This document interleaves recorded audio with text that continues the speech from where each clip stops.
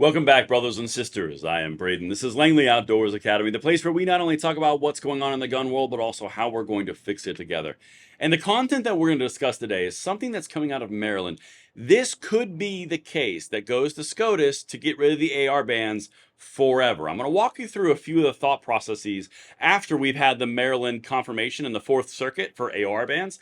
This is going to be one I need you to send out because this right here is how we win, incrementally, step by step, taking back our freedom. And I cannot wait to hear what you guys think right down there in the description box. And of course, make sure you hit that like button, subscribe to the channel, and turn the notification bell on if you want to spread freedom to and fro across this amazing nation. And thank you for that consideration.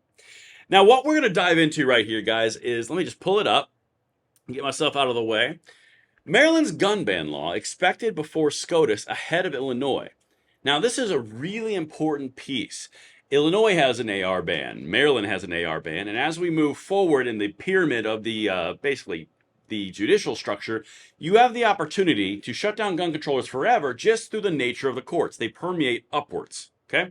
As these AR bans from across the nation are going forward and forward and forward, not only are they getting into the point where SCOTUS has the ability to take them, which I'm about to walk you through, they're also putting a lot of red flags up for gun controllers across the nation. And speaking of red flags, you don't want to be a victim of the scenario that I'm about to describe.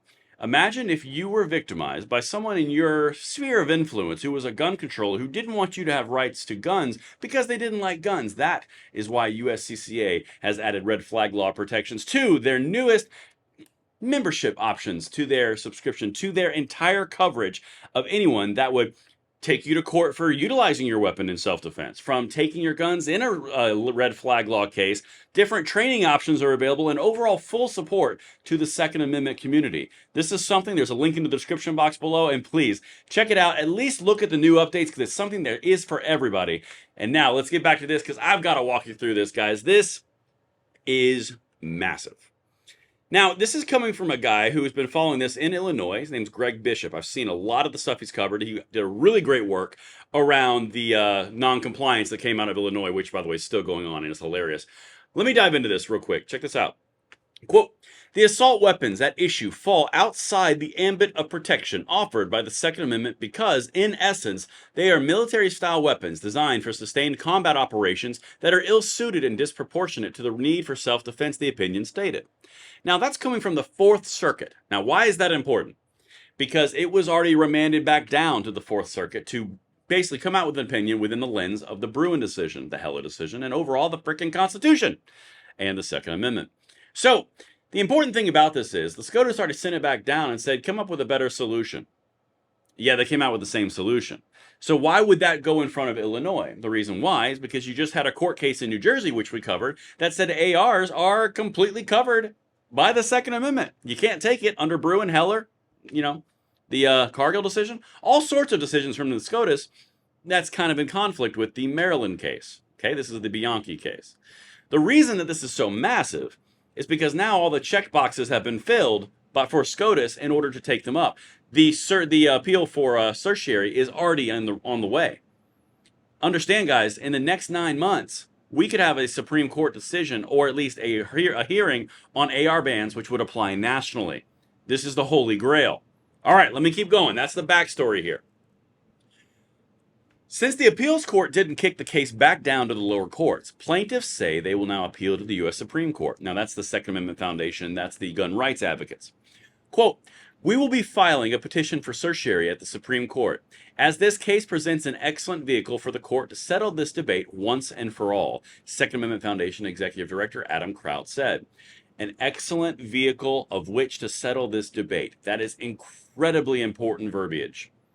You're waiting for the right case to come along. They just went through and checked everything off for you. The Fourth Circuit makes the official decision as the final decision, didn't send it anywhere else, which means it's up for SCOTUS review.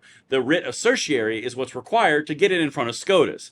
If SCOTUS now has a reason to say there's a lot of people in penalty for this, and there's a lot of cost, that's what you're looking for. This could be the one, guys. Legitimately, this is really important. Let me keep on going through here because this is a really good article. And then I'll kind of tie it all back together. It's just so flies in the face of the common use test. Modern guns are protected. All the things that have been reiterated through previous Supreme Court precedent. I think this thing is just so bad that they're going to take it. Vandermike told the Center Square, and Center Square is the outlet. Now, the reason that I've been diving on this so hard for years now is what he just said. It's so obvious. The Heller decision. Now you add in the Cargill decision. You add in the Bruin decision. History, text, and tradition. Okay, that's the Bruin. You got the Heller decision, which is common use, and then you got Cargill, which says executive bureaucracies can't just make up the law whole cloth. Literally, guys, this is everything has been written and leading to the point where we will smoke them if the SCOTUS takes this up. I can't guarantee the outcomes. I can't guarantee if they're going to take it up. But what I can tell you is the groundwork is laid for amazing victory. And that's why I'm a little bit excited about it, as you can probably tell. Let's get into the last piece, and then I'll kind of tie it all together. I just jumped up on accident. Here we go. Maryland's gun ban decision was on final judgment. Vandermike said that's just what Thomas was looking for. Quote, he said they wanted a case that was done on the merits with a record. Here, they've got a record, Vandermike said. And what do they mean by that? And this is the important piece. The SCOTUS is the judicial system. The SCOTUS is the judicial process. Before the SCOTUS acts, they have to have the merits and all the check boxes checked. Think back to the Second Circuit when they said the sensitive places was perfectly fine. They pushed it as an emergency appeal to the SCOTUS. SCOTUS said it needs to go through the processes. They put forward the Illinois assault weapons ban, the Maryland assault weapons ban to SCOTUS. They said it needs to go through the processes. New Jersey just came down and said ARs are perfectly legal under the Second Amendment. Cited Heller and the Bruin decision. The Maryland case, the Bianchi case, this one has now put a final stamp on it from the Fourth Circuit. It is setting it up to go to the SCOTUS. That's what this entire thing is about. The fights of which we've been working on for a decade now are all culminating with now the Bruin decision in the quiver, the Heller decision in the quiver, the Cargill decision, the Looper Enterprises, which is the Chevron case in the quiver, West Virginia versus EPA in the quiver. Guys, there's never been a better setup. In fact, I could argue and make a pretty legit argument that if AR bans had gone to the SCOTUS before using only Heller, it would be a harder slam dunk case. Now, Bruin, Cargill, Looper Enterprises, Heller, yeah, baby. Let's keep going. Now, the reason that this is so key is you have to spread this out so people can know what's going on, so they can be informed and they can be part of this process. And that's why I've got it for you guys. Let me know what you think in the comments below. Do you think Maryland's going to be the one, or do you think Illinois is going to stage a come-behind victory and figure it out? I look forward to hearing what you guys think, and I'll see you on the next one.